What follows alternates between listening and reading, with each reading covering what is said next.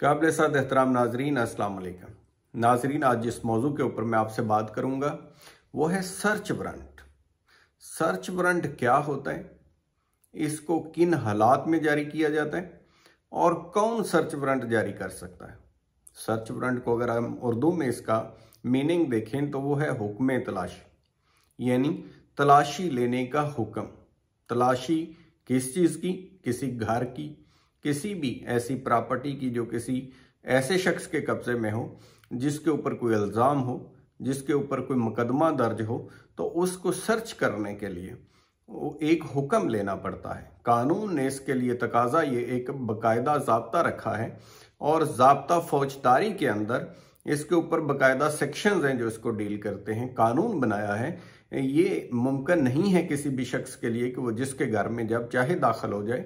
Even law enforcing agencies जो हैं, अदारे जो हैं, उनके लिए भी ज़ाब्ताकार है, उनको भी ये फॉलो करना पड़ता है। उसके बाद ही किसी के घर में या किसी की प्रॉपर्टी के ऊपर जो कि ड्वेलिंग हाउस हो, चादर चार दीवारी के तकद्दस का पमाल ना हो, तमाम चीज़ों को जो डिग्निटी ऑफ मैन है वो किसी तरह से मुतासर ना हो, जो बुनियादी हुकूक हैं किसी शख्स के वो किसी तरह से मुतासर ना हो। इन चीज़ों को मद्देनज़र रखते हुए ही ये एक सर्च वारंट के रिलेटेड जो है तमाम कानून बना दिया गया, ज़ाब्ताकार तय कर दिया गया।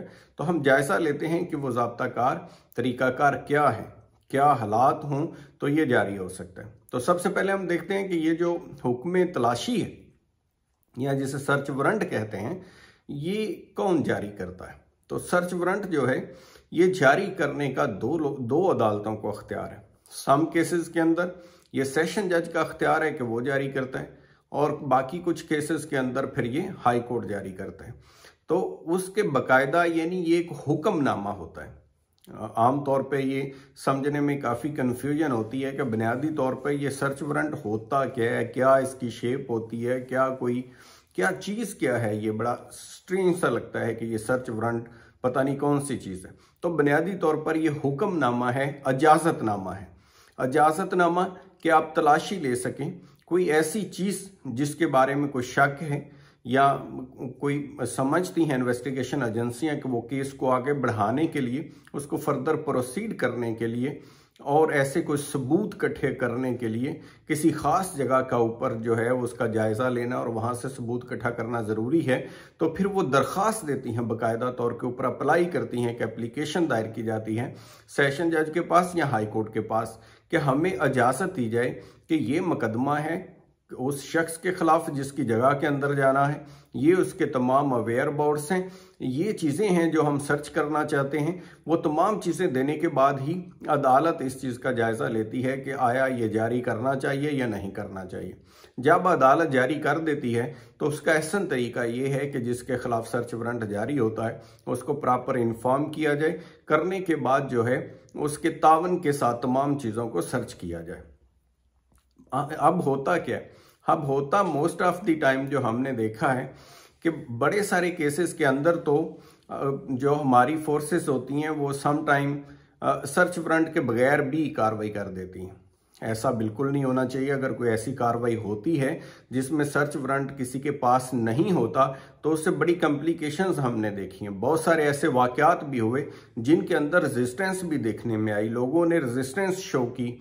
इवन बहुत सारे हादसात भी हुए कि वाइट कपड़ों के अंदर फर्ज करें कोई किसी शख्स के घर में दाखिल होने की कोशिश करेगा तो वो डेफिनेट कंफ्यूज होगा, उसको पता नहीं चल सकेगा कि ये किसी अदारे के लोग हैं या प्राइवेट लोग दाखिल हो रहे हैं या कोई चोर दाखिल हो रहे हैं। तो सबसे पहले ये ज़रूरी है कि इन्फॉर्म भी किया जाए और प्रॉपर जो सर्च में आने वाले लोग हैं तलाशी के लिए या जो वारंट ऑफ अरेस्ट है अगर उनके पास गिरफ्तारी का, वो गिरफ्तार करना चाहते हैं या सर्च करना चाहते हैं तो प्रॉपर तरीके से इन्फॉर्म और प्रॉपर तरीके से यूनिफॉर्म के अंदर हो और वो मुतलका हुक्मनामा जो है जिस शख्स के पास जाना है उसको दिखाया जाए, उसको अथॉरिटी दिखाई जाए कि हम कोर्ट के ऑर्डर के साथ ही आपकी तरफ आए और हमें ये इख्तियार अदालत ने दिया है।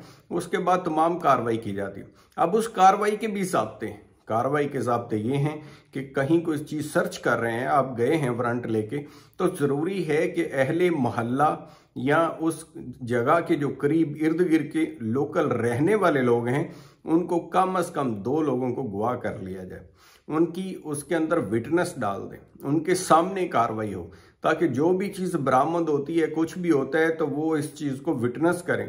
गो कि उन गवाहों को अदालत के अंदर बयान देने के लिए पाबंद नहीं किया जा सकता अनटिल के बहुत ज़रूरी हो जाए, लेकिन उस कार्रवाई को ट्रांसपेरेंट करने के लिए, शफाफ और साफ करने के लिए और शकूक व शुबहात को ख़त्म करने के लिए और उसकी एविडेंशरी वैल्यू बढ़ाने के लिए ज़रूरी होता है कि उसके 2 गवाह जो हैं वो मौके के कर लिए जाएं। इसको section 103 criminal procedure code deal करता है, जिसके अंदर कि अगर वो नहीं करते लोकल लोगों को तो उससे उसकी वैल्यू कम हो जाती है, उसकी अथेंटिसिटी कम हो जाती है। तो लिहाजा ये जो क्रिमिनल प्रोसीजर कोड के ज़ाब्ता जो है फौजदारी का, जिसमें ये तमाम दफ़ा दी गई हैं, जिसमें सेक्शन 101 है, 102 है, 103 है, फिर 165 है, 166 है, ये सारे सर्च वारंट को ही डील करते हैं और तमाम तरीकाकार बताते हैं जिसके तहत ये सारे तरीकाकार को फॉलो करना ज़रूरी होता है। एक अहम बात यह है कि इसको किसी तरह से भी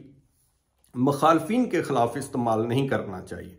लिहाजा जो सर्च वारंट है वो किसी को विक्टिमाइज करने के लिए कतन इसका इस्तेमाल नहीं होना चाहिए, मासवा इसके कि एविडेंस जो है वो कलेक्ट करनी हो, या अगर अरेस्ट का वारंट है किसी को अरेस्ट करना नागजीर हो, क्योंकि अरेस्ट भी उस वक्त करना होता है जब तमाम सबूत आ जाएं।